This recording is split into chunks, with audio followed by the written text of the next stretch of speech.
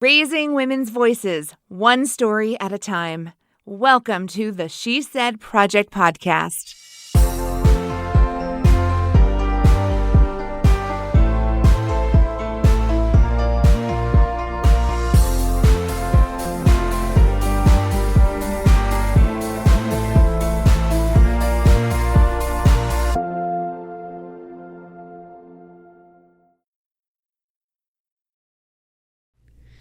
Hello, everyone, and welcome to the She Said Project podcast. I am so excited to be here with you for another episode where we connect with women who have shared personal stories on the That's What She Said stage and are joining us to chat a little bit about the story behind the story.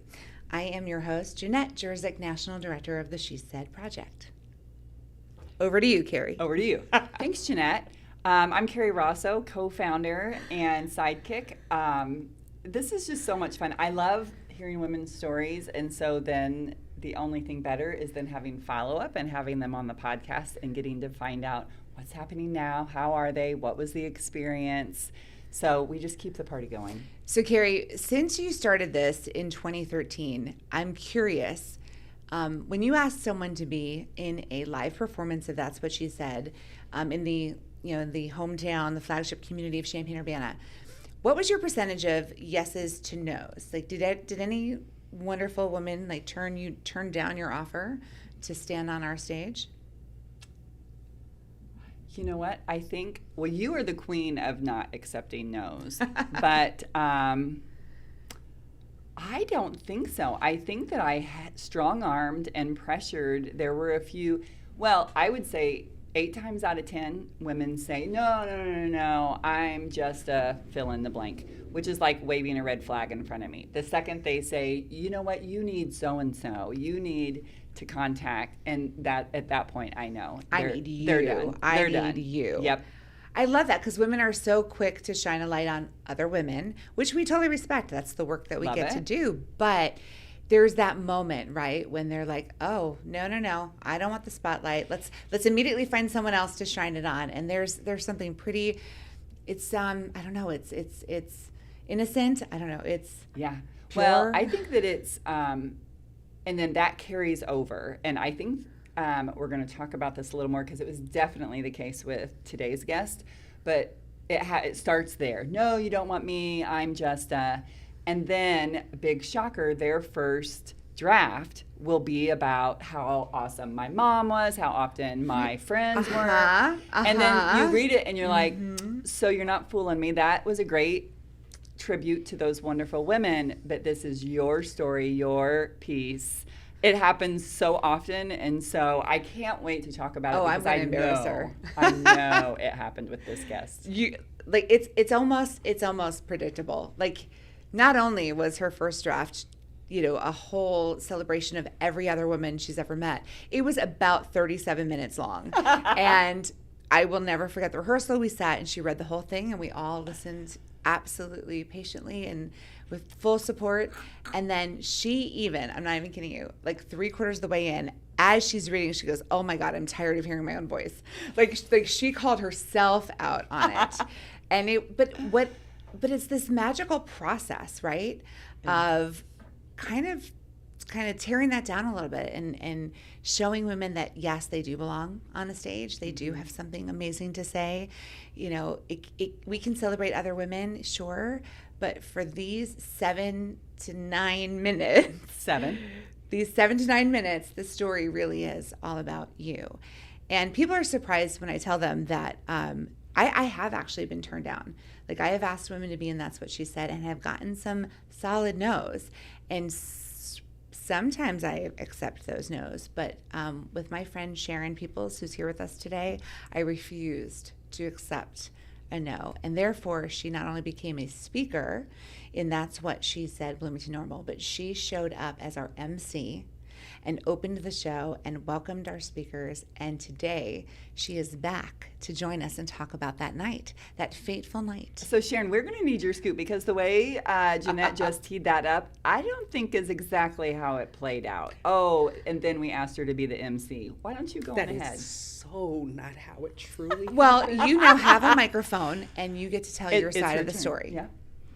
Okay.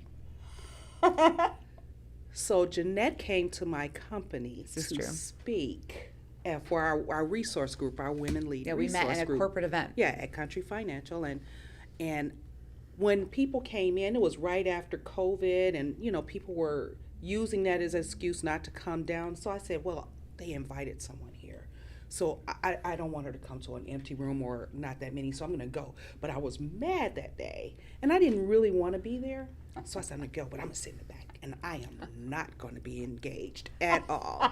My friend tried to get me to come up. I was like, no. And I just refused. Then Jenette was up being, Jenette.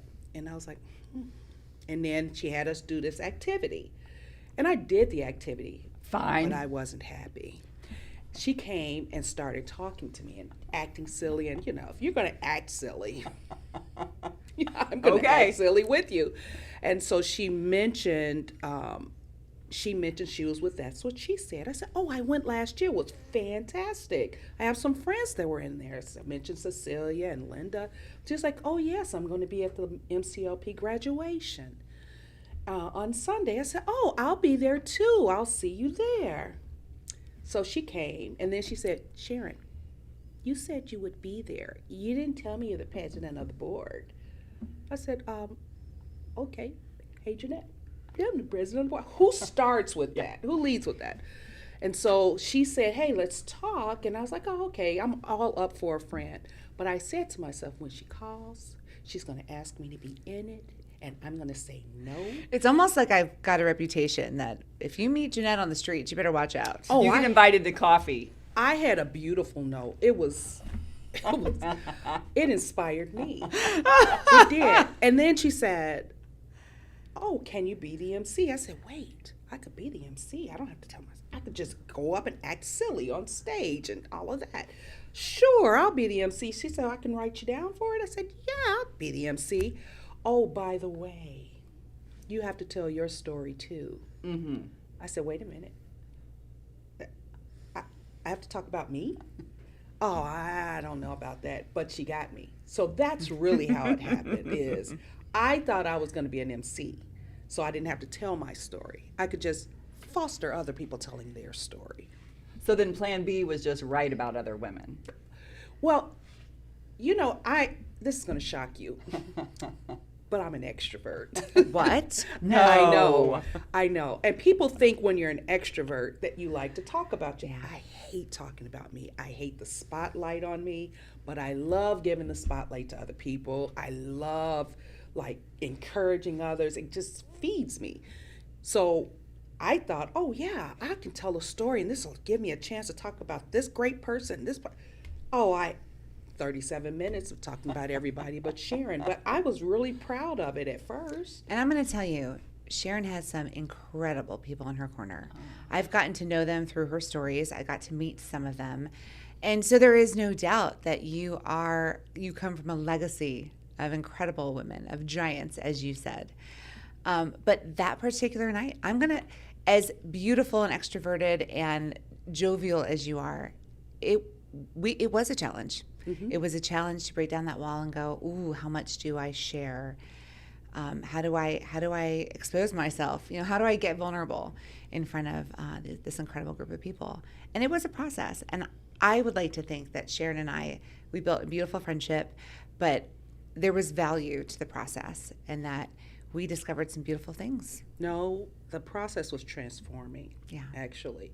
It really, you think, oh, these women come up and they just tell their story, but by the time you get to the stage, that's just getting to the end of the journey. The power of That's What She Said is the journey that it takes each of us women through on our way to getting ready to empower others with our story. That's where the power is, because I cried when I had to get open about me. Yes, I cried. I'm not gonna lie, and I tried my best, and it was hard. It was so hard, but there were so many things that came out of me being open to That's What She Said and experiencing it, even down to how I had friends come down from Chicago to support it, and okay, they acted silly, And I had friends who were like, why didn't you tell me? I would have come from Houston to see that. And it's just amazing to see the support. But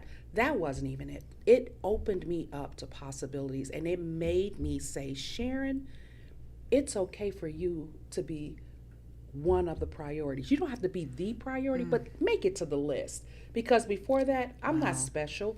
I'm like every other woman. I take care of everybody else. I take care of the community. I take care of my family. I take care of, but never is Sharon on that list before. And my friends would say it to me, but you don't get it until you have to actually be in the process of doing introspection. And that was such a powerful discovery. And after that, I started allowing myself to be on the list. It opened me up to so many things. I joined an organization that I had wanted to be in since I was a little girl. I allowed myself to say, it's okay. I went and got a different job. And I'm Yes. at a different company. That occurred during this process. Yes. She And put herself first. I put myself out there. And the other thing is, I actually take time for me. I can have a lot on my list of things that I probably should do in a given weekend, but I honor myself and say, you know what, this is going to be your rest time. And I will sit there and watch my Chinese dramas.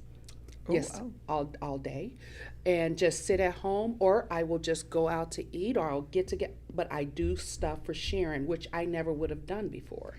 So Sharon, in your story that was part of your MC gig, you actually give a really, really good example of a time in your life where you shied away from the light and it backfired on you.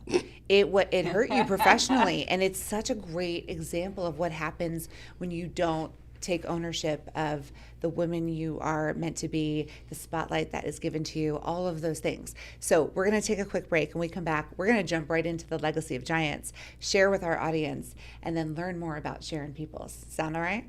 That sounds all right, good. We'll be right back.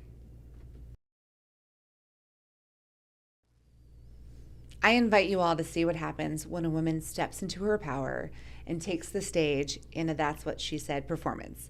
Please enjoy Sharon Peoples and her story, Legacy of Giants. I wish you all could see what I see.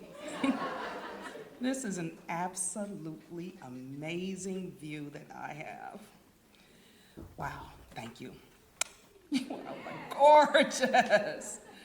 Thank you for joining us this evening for the 2023 Bloomington Normal That's What She Said. This marks 10 years of women empowering through the art of storytelling, and it's 4 years for us here in Bloomington Normal. I look out and I see many of the women who have joined the She Said sisterhood, and so many who have supported and joined us over the years. All of you are what makes this evening so special. The ladies who are sharing with you today are they just make my heart sing. I am so excited for you to hear their stories. As we prepared for this evening, I have grown so much with these ladies. As a matter of fact, they're now part of my story. You see, I am incredibly blessed. I've had so many people who have poured into me. Some of them didn't even know it.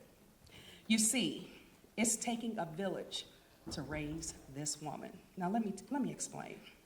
My whole life, I have had women who have shown me how living life out loud with purpose, strength, and acceptance and impact looks like.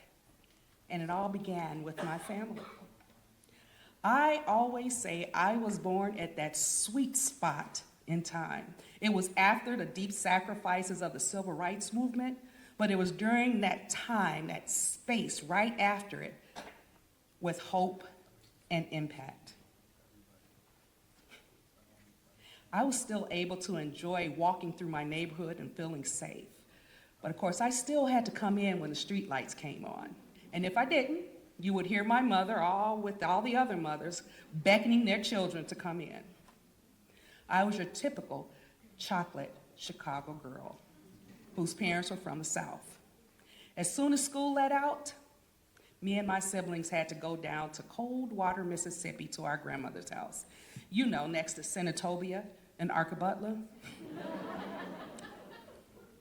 As a matter of fact, my mother would leave us down in Coldwater past Labor Day through the inevitable teacher strike that happened every year in Chicago.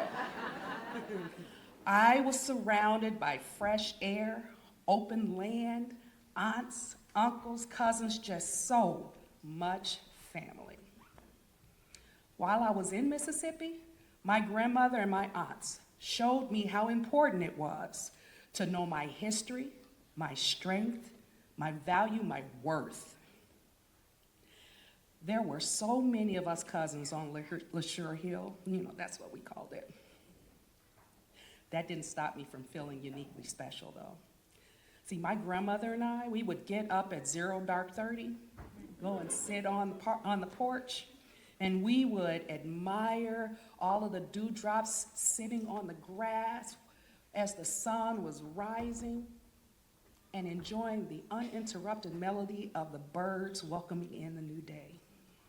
Then I would get back in bed before anybody thought that they could join us, because see, that was our special, unique, personal, sacred time. One day, my aunts took me to a restaurant to show me how to hold my fork and eat in public and at the dinner table. I felt so special. They took me, none of my other cousins, just me. My siblings and I grew up watching my mother pour into so many people. She showed us that success is not measured by the size of your bank account. It's measured by the lives that you touch. And if at the end of the day, somebody can say that their life was better because you were in it, that's how you know you were truly successful.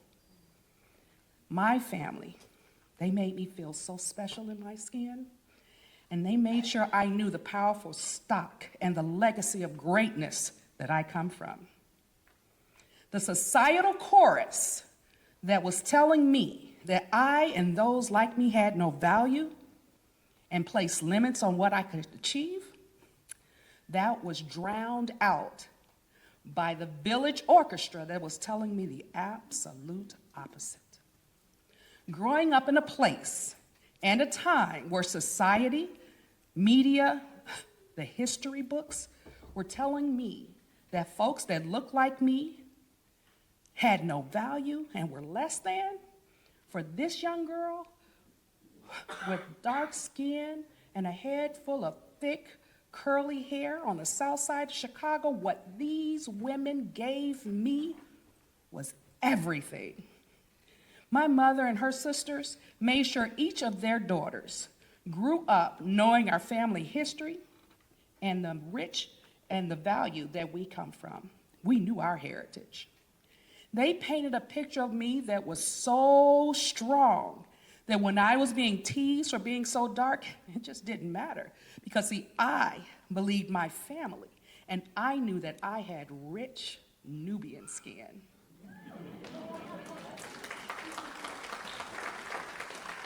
These women taught me about the power, resilience, creativity, and brilliant accomplishments of the African Americans that came before me.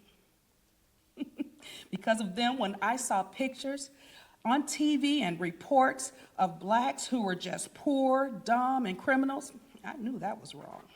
You see, I know that I am the legacy of giants. My mother surrounded us with the Ebony book series on African Americans and all of their accomplishments, and then our aunts. They made sure that we knew our history, and they made sure that we were reading all of these amazing books by Black authors. Because of them, I know that I am the legacy of the trailblazing attorneys and federal judges Constance Baker Motley, and Ketanji Brown Jackson. I am the legacy of the transformational educator, entrepreneur, and governmental policymaker, Mary McLeod Bethune. You see, I am the legacy of the courageous journalist and activist, Ida B. Wells. My road was charted by these amazing ladies and so many others like Mae Jemison, Coretta Scott King, Wilma Rudolph, Lorraine Hansberry, Oprah Winfrey, Whitney Houston, Aretha Franklin. What? God said make a joyful noise. He never said it had to sound good. I can claim myself as the legacy of these giants. You see, they drilled in me the lesson that to love myself does not require me to hate anyone else.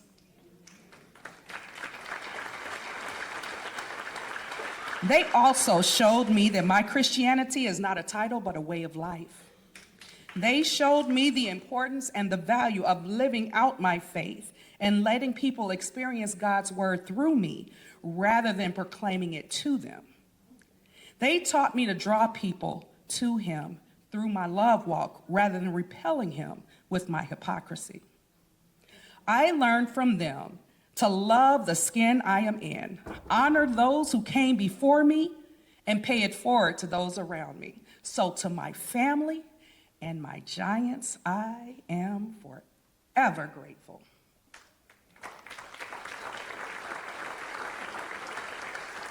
Early in my career, I was mentored by an absolute smorgasbord of powerful women who were seasoned Black leaders.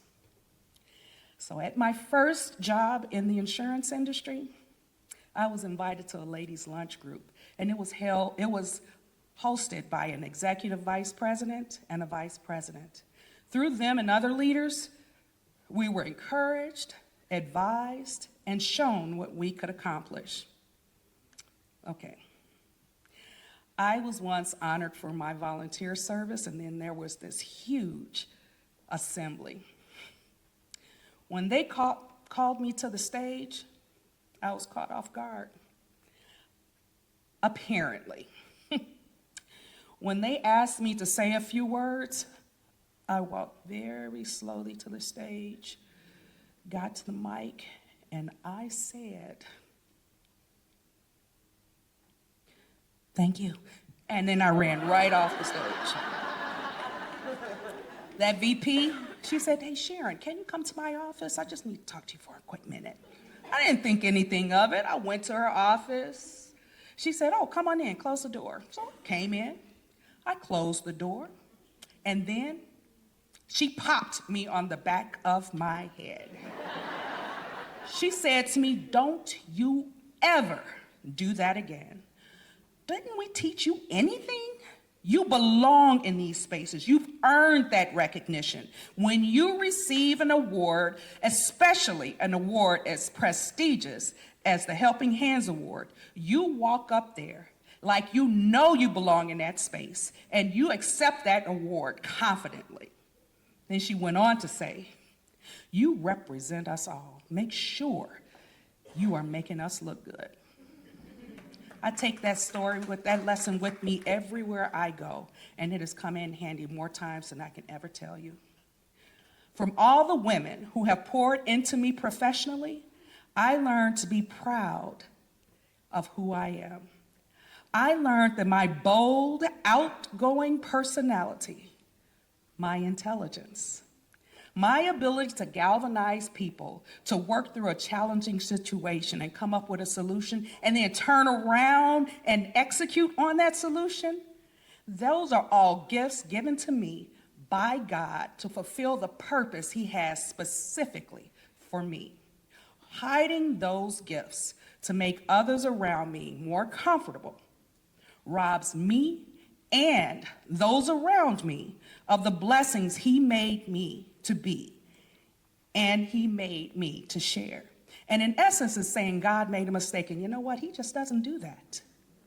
You see, I am fearfully and wonderfully made.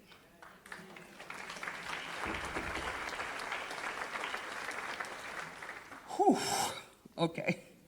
If you only knew how difficult that was and how uncomfortable I am right now saying that. But thanks to these ladies, I am learning how to embrace this reality. I have had women I get to call my friends all along my journey who have poured into me, supported me, held me accountable, and called me to the carpet on my, My very best friend, who I met in kindergarten, we couldn't be more different, but she will always be my ride or die. My crazy, amazing sister friend circle from college, who we still message every morning almost just to encourage and support one another. My family away from home in Houston, the small circle of women who embraced me, accepted me, and were there for me when we brought our son home. My new village here in Houston. My new village here in Bloomington Normal. I just can't let go of Houston, huh? My friends show me how amazing I am and set an expectation of me to honor myself. Like many women, I have the hardest time doing something just for me. Last year, 3 of my really close friends convinced me to take my first real girls trip. It was an 8-day cruise. Now, it doesn't sound like much to you, but for me, that was amazing. It was so impactful, and it just was life-changing. It really was. It actually taught me that it's not only okay to take time for myself, it is important and it is absolutely necessary. My amazing friends show me how to unapologetically live life out loud. As a matter of fact, if God came down tomorrow and said, "Well done, Sharon Felicia. As a reward, you get to pick your gender, your race, and your culture," I would be so excited. I would thank him profusely. And then I would beg him to let me stay a phenomenal Black woman. That's me. That is the power of having special, powerful women to influence and inspire you. Whether it's family or historical giants, whether it's mentors or role models, or whether it's lifelong friends who will travel across the country just to make sure you're okay. It has taken a village to make me the woman that I am. And it has taken that same village to make me the woman that stands before you and able to embrace and celebrate myself. And I am so incredibly blessed.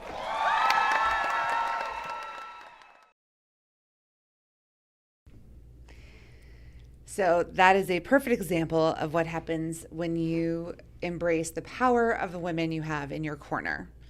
Sharon, it was a celebration of women that you brought on that stage that night. It was a perfect opening to an entire evening of women sharing stories.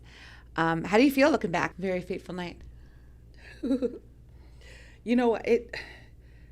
It wasn't as bad as I thought it would be, but it's still so uncomfortable because you have to open yourself up and you have to talk about What if that's a good thing? I always love showing women that uncomfortable feeling in your gut. That's not bad. That's quite the opposite. That is your body telling you that you're taking chances, that you're going big and bold and being brave and stepping outside your comfort zone. More people need to do things like that. That's what creates change. when you allow yourself to embrace that, then you get to that space that will allow you to really go far. Yes. Because then you'll start telling yourself, if I'm comfortable, I'm probably not on the journey I'm supposed to be on. Because true growth, Ding, ding, ding, true ding.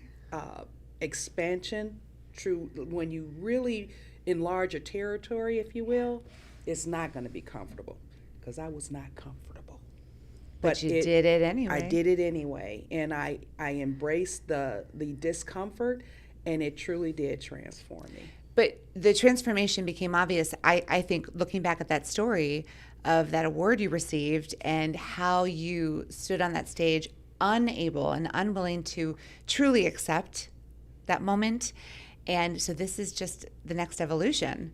You know, it wasn't comfortable. It wasn't perfect. It was Sharon growing and Sharon stepping into her next evolution. And I do have to thank you for not patting me on the back of my head. Why would I do that? Are you kidding? Well, I mean, Rhonda did.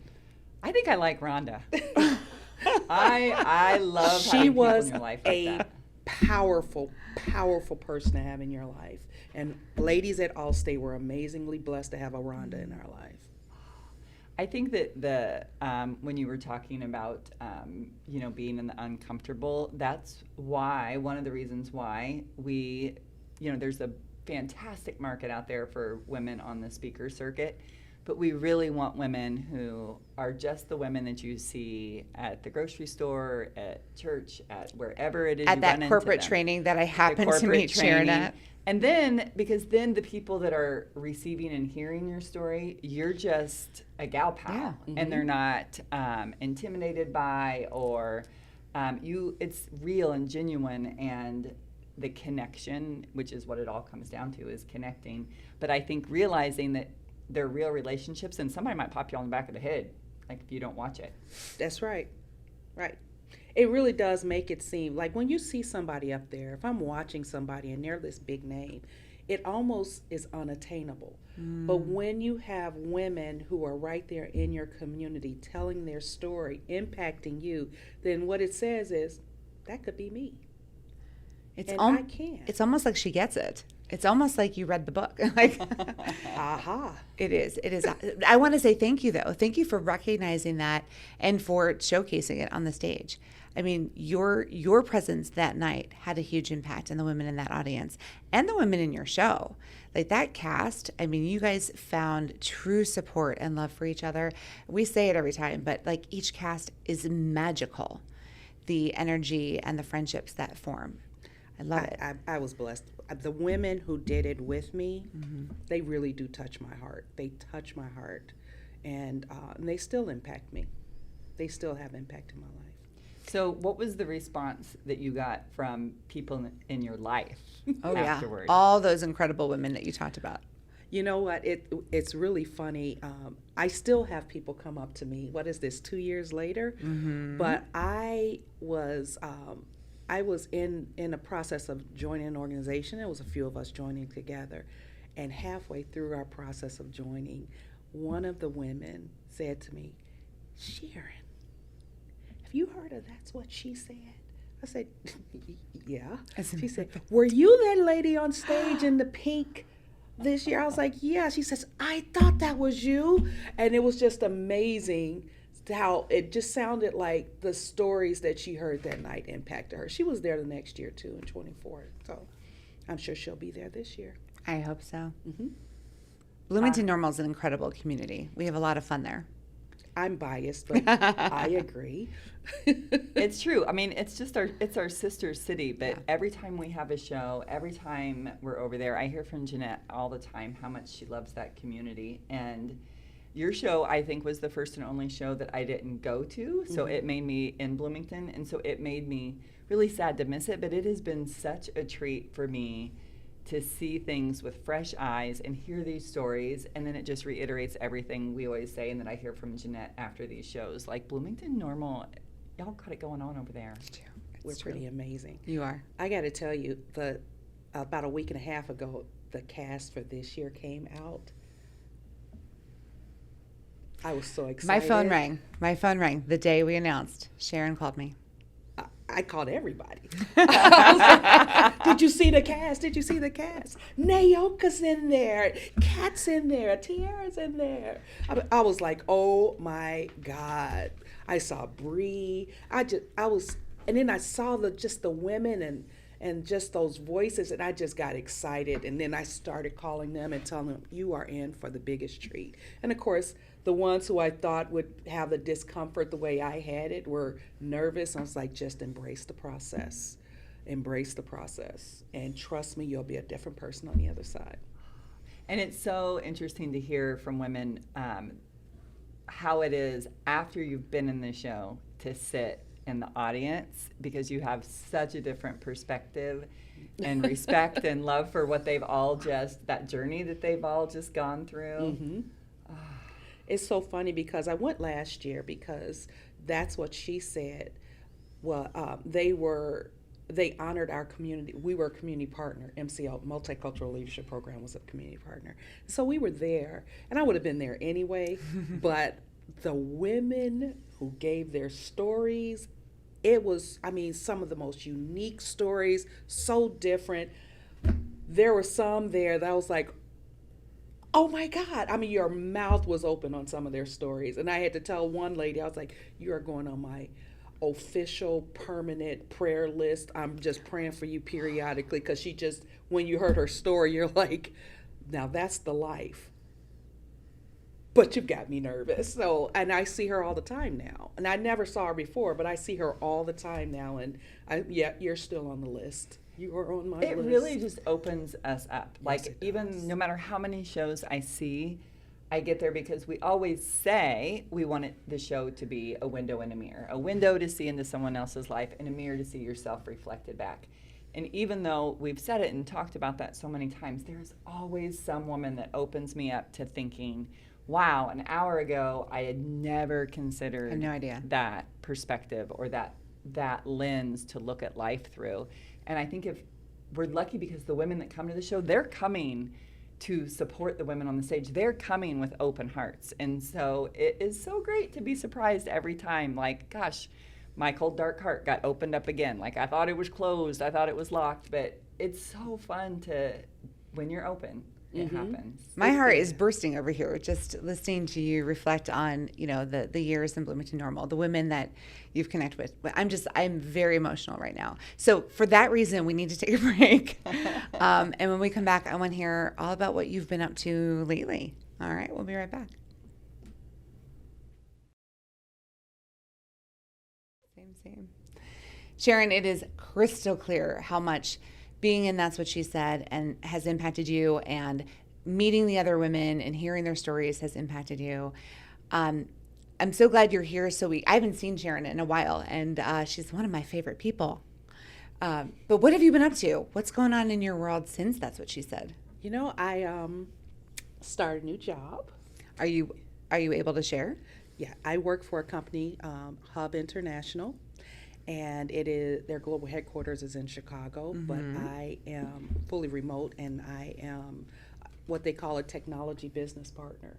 And so they kind of pay me to make sure that the business understands how technology can support them and how technology understands what business needs. So I'm doing that. I have gotten more active in my church. I have gotten more active with the organization that I joined, Delta Sigma Theta, sorority incorporated. But I also, I have shifted what I'm doing with MCLP, so I'm no longer on the board. This planning year just started. I am now on their advisory council, and I still present some sessions, but I'm putting that more in focus because it's under some great leadership now. Some powerful leadership, and I'm so excited to see it go to its next journey. It's going back to being hybrid and all of that. I'm watching my son grow up. He's going into his junior year and doing some shifts and all of that. So I'm just enjoying watching my son grow, me grow, and I have truly learned how to honor Sharon. I take rest when my body needs rest, which sounds like, of course you do. That wasn't That wasn't the thing. I've got 15 minutes. I can probably go and do this. No, I will just sit and watch my Chinese dramas. So, yeah, I've learned how to put Sharon on the list. I like that, on the list. Mm-hmm. Sharon Not the Peoples Part same 2. list that Cheryl's on, because Cheryl's on the prayer list. But, yeah, I'm on the list. Not the prayer list, but the priority list. That's Yes. so important. I am on the so priority happy to hear list. that. Carrie, you always carve out time for yourself every day, I'm sure. Oh, all the time. Yeah. Uh-huh. Well, I think it's one of those things that probably you had probably said to other women before. Absolutely. To prioritize yourself. We've all said it, and it's one of those things like you should. But then, boy, when that mirror gets held up, you're like, stop it. I do. Right. Yeah. And you know what? You think you do. But then you realize if somebody asked me what I do to honor it, I could not give them an answer because I don't. I don't really do it. But when your time becomes intentional, and when you sit back and say, you know what, I've got to live into that story that I told on that stage. I've got to live into being somebody else's legacy of giants. How am I going to become a giant for somebody else if I'm not taking care of Sharon? I just got chills head to toe. You can't pay it forward from an empty vessel. Like you recognized all the women who poured into you, and it's like, then what? Then like, what? Is that enough? Like, Right. how can you just, because you give back, you give to your community, you're so involved. This is such a good lesson for me. And I think realizing that there's nobody keeping track, because I think when you start being intentional, so for me, I love trashy TV. And Me so too. I started saying, and I just started saying it out loud. I'm tired, I'm going up, and I'm going to watch some trashy TV. And like, just get it out there. Just Your say guilty it. Like, pleasure. full disclosure. It is what it I'm is. going up to watch trashy TV. And then it's like you've made space. And you know what? Nobody cared. They were like, Mom watches trashy TV. And now we're to the point where they'll call home, and if it's, past 8:30, they'll say, are you watching trashy TV? Yes. Or But when now- and then you mom's in a realize- bad mood, Mom, go watch some trashy TV. Yeah, and you realize, like, it's why did I not enjoy that, or why did I feel shame and like, That's I'm right. watching trashy TV, or like, somebody comes in, you're like, I was watching CNN. Okay, I want to know what your definition of trashy TV is. Like, True crime. okay, that's true very crime. popular in the guilty pleasures these days. I thought you were going to say with the older ladies. I was about to come across it. No. And Yeah. I would have been right there behind Thank you. The tweens watch that stuff. Like, it is very popular right now. Yeah, I'm thinking it's going to be a new spinoff because I have solved so many crimes. Have you? Yeah. Yes, and nobody's calling, so I'm going to. And they that. should. Yeah, They should. I'm available.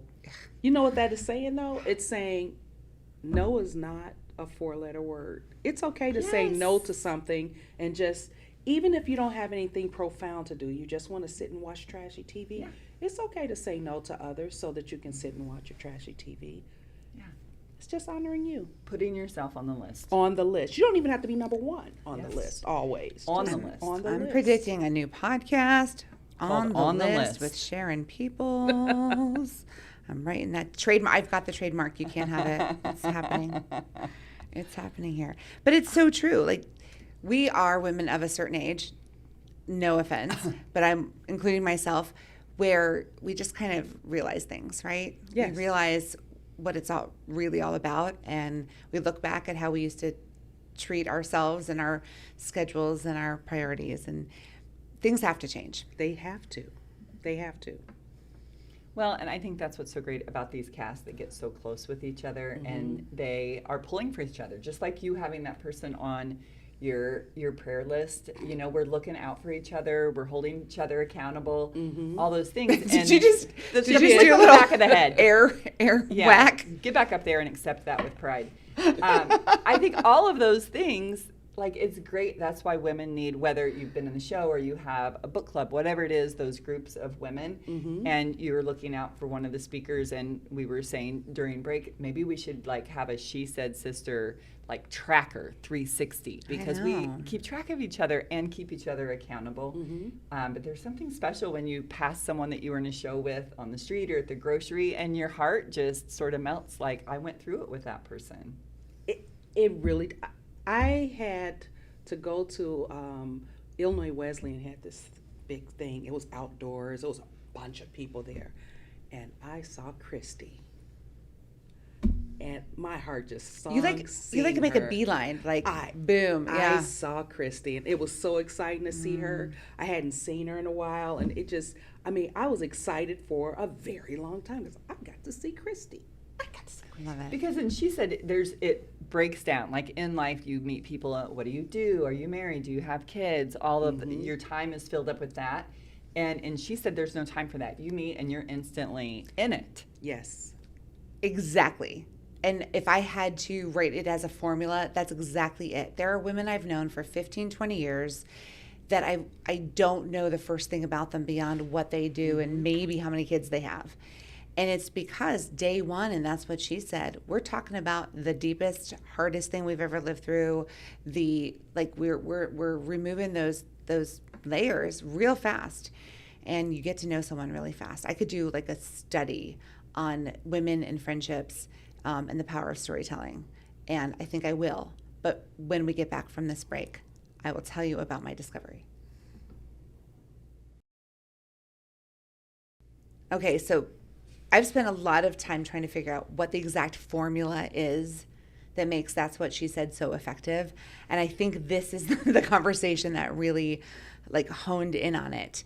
So Sharon, you said something about because the process of sharing your story, and That's What She Said, it's kind of fast and furious, but we go right into the heart of talking about ourselves in a very intimate way.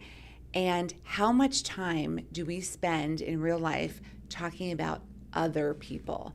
And there's no time for that. And That's What She Said. There's no permission for that. Mm-hmm. And that might be a huge key in why these stories are so powerful and why these bonds happen so quickly, because we're not talking about we're not even giving you can't talk about your husband or your dog or your best friend. It's you, and you. And everyone who's sitting at that table, every woman who said yes to this process is there for it. Right. There is no judgment. There is no talky. Like there is no, oh, she's talking about herself again. No, she is taking advantage of this opportunity. And so you get to, and you get to, and you get to, and it's pure love. It's pretty darn magical. It is. So thank you for putting into words for me. I'm here for you, Jenette. I appreciate that so much. You have no idea when my phone, when I get a ding on my phone for a text notification and I see Sharon Peoples' name come up, I get giddy. How could you not? Oh, this woman is just pure love, pure joy. I pay her. Professional cheerleader right here. For all the women in your life, for all the people in your life. There are some that would not say that, but yeah. I'm so grateful I don't have to be one of those. Well, it takes all kinds. Like sometimes, and I think that's what I hear about you. Like, you know when to be a cheerleader, you know when to be the flicking the back of the head person. Like, that's what we want in our friends, right? We don't want them to just be yes men. We want them to tell us the truth, and usually. And that's what makes it so great, is everybody is so honest and loving, but honest, and it's just such a, you use the word pure. It really, they are really pure relationships. Do you think now you're evolved enough, for lack of a better word, that if you were on the other side, if you were in your supervisor's role, and forgive me if I'm not getting the right name or reference, but if you witnessed a young woman who got an award, who said what you said or acted the way you acted, are you now on the other side where you would have, given her the riot act? I did. Tell me. So we have this, it was through MCLP. Yeah.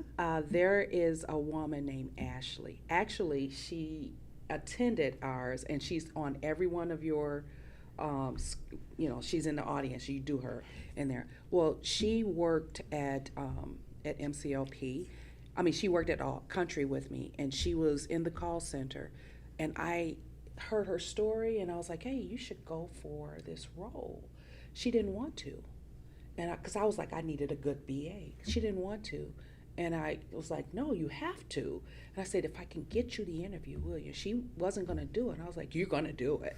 And I made her go and apply and talk to my boss about doing it. Long story short, she ended up not only getting the job, within a year she was like the lead BA. And then she became the trainer for the BAs, and now she's a supervisor. Okay, what's a BA? I'm sorry, a business analyst. Thank you. Just needed to know. She loves puzzles. I could tell she was one of those people who could really get in there and do a good job of analysis and all that stuff. She's somebody you want on your team. But yeah, I kind of had to force her to do that. But it was her job. She did it. She got the job. But she had you in her corner. It may or may not have been something she would have gone for on her own. Yeah, but she got that job on her own. But yeah. She just needed somebody to open that She door. needed a Rhonda. It's that story that you share sometimes about when you're sitting on top of the water slide, right? Too scared to go, and sometimes you just need that push. And you have to know when. Like I did it for my daughter. So for 2 weeks, she had gotten up there, gone back down, blah, blah, blah. And on that second weekend, I could tell that she was going to get off the slide again. And you have to know. And it's like, no, you're doing it, sis. And push. And so when you have people you love, you know it's time to push or it's not. Yes. And Once you have to be there. Once you go down that slide and you feel that exhilaration, what happens? 15 Okay, let's more go do it times. again. Let's do it again, because there's power. There's power in feeling your own success. And that's what happens when we put women on a stage and they feel celebrated. They go out and they achieve more because they believe in themselves more. And Sharon, you're the epitome of that. And we could talk all day about how amazing you are, but unfortunately we are out of time. So thank you for being here with us today on the podcast. Thank you. I wish you nothing but love and success and joy always. Kerry, pleasure always. It's a pleasure. I want to get in on this text thread. Oh, let's do that. All right, friends, thanks so much for supporting us here at the She Said Project podcast. Thank you for listening to the She Said Project podcast. All materials contained in the podcast are the exclusive property of the She Said Project and That's What She Said LLC. For more information on our live shows, go to shesaidproject.com.